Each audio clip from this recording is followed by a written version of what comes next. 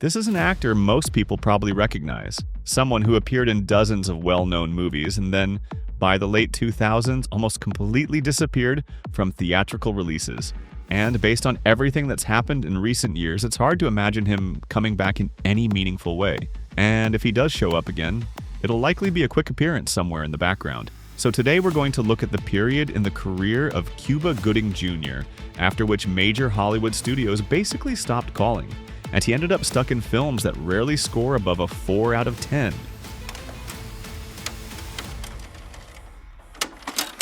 Cuba's real breakout came with Boyz and the Hood in 1991. He had appeared in earlier projects, but mostly in very small roles. In Boyz and the Hood, he was one of the leads. The movie did very well at the box office and became a cultural landmark in the US. What's interesting is that Cuba almost wasn't in the film at all. He only got the role after Will Smith turned it down, thinking that a project like this might hurt his image on The Fresh Prince of Bel-Air. The film was directed by John Singleton, and this was actually his directorial debut. Getting the movie made wasn't easy. Sony loved the script Singleton had written, but didn't trust him as a director. He spent months fighting with the studio, and in the end, the budget was cut by a third, but he was allowed to direct, and that decision paid off. The film also helped launch several careers. Actors like Lawrence Fishburne and Morris Chestnut got a major boost, and it also marked the film debut of rapper Ice Cube. Throughout the 1990s, Cuba steadily built momentum, appearing in a wide range of recognizable films. But in the early 2000s, after a couple of box office failures, he started slipping into the background again. It's also worth mentioning that Boyz and the Hood was heavily parodied later on, especially in films like Don't Be a Menace to South Central while drinking your juice in the hood. One of the jokes, that the father looks barely older than the son, comes directly from the original movie. Lawrence Fishburne played Cuba's father, even though he's only 7 years older. The joke works, but at the time, people sometimes took things like that seriously, which always felt a bit strange. Especially considering that for a large portion of the movie, Cuba's character is a child played by a different actor. And in those scenes, Fishburne looks completely believable. In any case, Cuba didn't get lost in that cast. Even though he didn't receive an Oscar nomination, unlike Singleton, producers noticed him. He stood out. And for his next major role in Gladiator, he earned about $100,000. Another key role in that film was played by James Marshall, who at the time was also expected to become a major star. But that never really happened, and he faded away pretty quickly. Gladiator itself wasn't a box office success, but both critics and audiences praised Cuba, so his paycheck started going up, and his roles in bigger productions became more noticeable. He often didn't have much luck with the box office performance of the films he was in, but as long as he wasn't the lead, no one really focused on that. In 1993, he was part of the flop Judgment Night.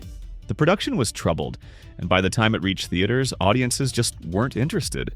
That film, along with Free Jack, hurt the career of Emilio Estevez, who, like his brother Charlie Sheen, had been on the rise in the late 80s, only to decline in the mid-90s. But for Cuba, this failure didn't really matter, and his salary kept increasing. The same thing happened with Lightning Jack. The movie flopped, but most of the blame went to Paul Hogan, Crocodile Dundee himself, while Cuba, who was still in a supporting role, got away without much damage. For his next project, he even asked for a slightly smaller paycheck, and this time it worked out. Outbreak, directed by Wolfgang Petersen, performed well at the box office. And even though Cuba wasn't a key reason for that success, he still benefited from it. Then came the real turning point, Jerry Maguire. The film was a major hit, and Cuba starred alongside Tom Cruise. To land the role, he put in a huge amount of effort. He kept pitching ideas to director Cameron Crowe during auditions until Crowe finally gave in and cast him. He beat out Jamie Foxx and Damon Wayans for the role. The film made $273 million on a $50 million budget, and Cuba won the Academy Award for Best Supporting Actor. After that, his career took off. He went from earning $600,000 for Jerry Maguire to $1.5 million for What Dreams May Come. He was being compared to Denzel Washington. This was the peak of Cuba's career, and during this period, he made smart choices.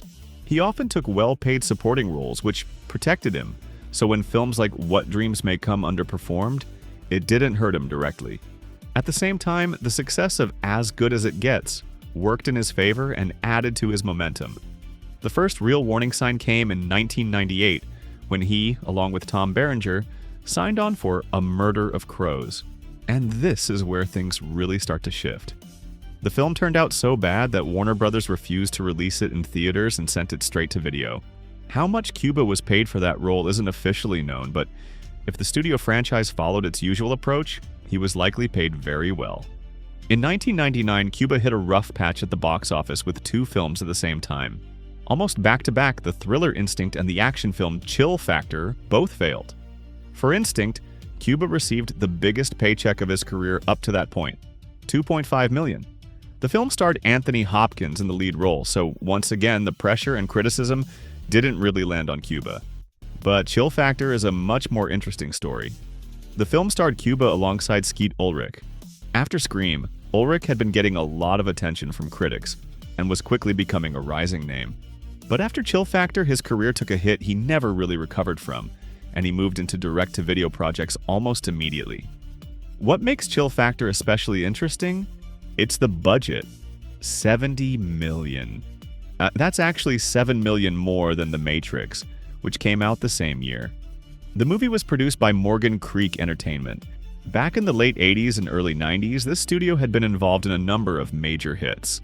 The sound of its logo even became the main musical theme of Robin Hood, Prince of Thieves. But by the late 90s, the company was already struggling after a series of failures, including Soldier with Kurt Russell. And at that exact moment, while dealing with financial problems, they decided to make a $70 million film and hand it to a first-time director, Hugh Johnson.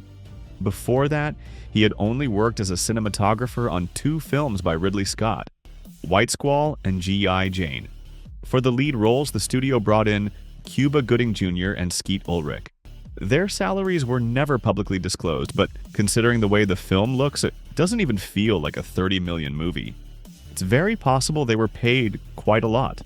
Not much is known about what actually happened behind the scenes, and it's hard to say whether the budget was mishandled, but in the early 2000s, Morgan Creek often worked together with franchise.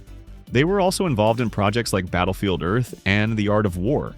So there's a small possibility that Chill Factor ended up being something similar to a Sound of Thunder, just coming from a different studio. Either way, Cuba found himself in another questionable project like this for the second time in just 2 years. At the box office, the result was brutal. With a $70 million budget, the film made just $11 million in theaters. That was enough to land it among the 5 biggest flops of the year. What helped Cuba recover, at least partially, was Men of Honor, along with his ability to stay out of the spotlight as a lead. Men of Honor didn't make huge money, but it was well received by both critics and audiences, which helped restore his reputation. After that, he appeared in Pearl Harbor by Michael Bay, where he had a smaller role but still got noticed again. Audiences started paying attention to him once more, and if he had continued taking supporting roles like that, his career might have gone in a very different direction. But eventually, every actor wants more. Everyone wants to step up, become the lead, become the next Denzel Washington or Wesley Snipes. So, in the early 2000s, Cuba decided he was ready to carry major films on his own. His first attempt actually worked. Snow Dogs, with a $30 million budget, made $115 million worldwide. That success gave him confidence, and he started leaning heavily into comedy. He began signing on to multiple comedy projects without paying much attention to the scripts. The priority was simple. His paycheck kept growing, and that's where things started to fall apart. Those films began to fail. First came Boat Trip, which even earned him a Razzie nomination. Then came an even bigger failure, The Fighting Temptations. At that point, realizing something wasn't working, Cuba tried to shift back into action with Endgame.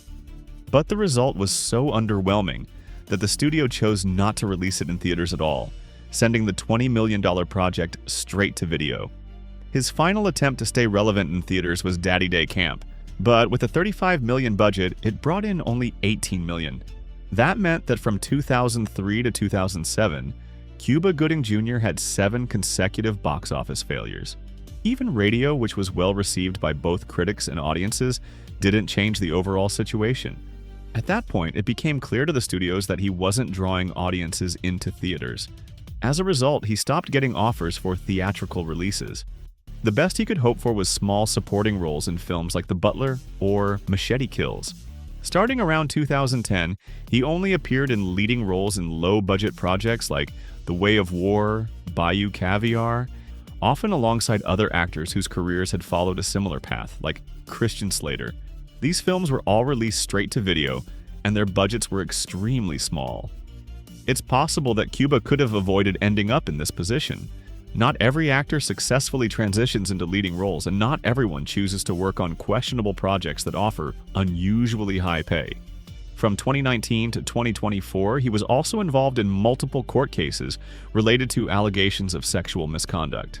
None of those cases resulted in a conviction, but the damage to his already unstable career was significant and likely irreversible. In recent years, Cuba has been trying to return to acting in a meaningful way, but so far he has mostly appeared in films with IMDb ratings in the 2 to 3 range. That was Frameback. Subscribe for more rewinds and see you on the next one.